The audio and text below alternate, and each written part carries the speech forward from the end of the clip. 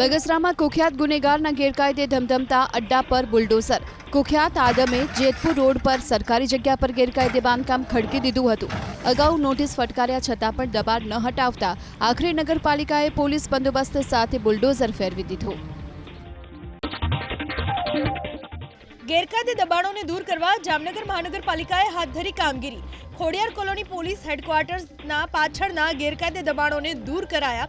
Estate શાખાએ police બંદોબસ્ત સાથે TP સ્કીમના પ્લોટમાં બાંધેલા પશુઓના વાડાને દૂર કરી 33,600 ચોરસ મીટર જગ્યા ખુલ્લી કરી।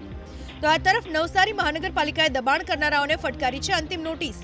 મોટા બજાર વિસ્તારમાં ગેરકાયદે ઓટલા અને ગેરકાયદેસર શેડ બનાવેલા વેપારીઓને અંતિમ નોટિસ ફટકારી 2 દિવસમાં શેડ જાતે જ તોડી પાડવા અલ્ટિમેટમ આપ્યું। જો વેપારીઓ જાતે જ ઓટલા અને શેડ દૂર નહીં કરે તો મહાનગરપાલિકાની ટીમ કરશે કાર્યવાહી। પોરબંદરમાં સરકારી જમીનો પર કરવામાં આવેલા રહેણાંક, ધાર્મિક કે પશુઓના વાડા સહિત કોઈપણ પ્રકારે દબાણોને સ્વૈચ્છિક રીતે દૂર કરવાની કલેક્ટરે આપી સૂચના।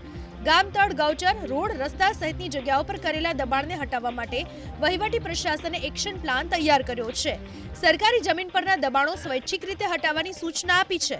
જો દબાણકારો સ્વેચ્છાએ દબાણ નહીં હટાવે તો વહીવટી પ્રશાસન પહેલા નોટિસ ફટકારશે, બાદમાં ટૂંકા ગાળાનો સમય આપીને દબાણ હટાવવાની કામગીરી કરશે।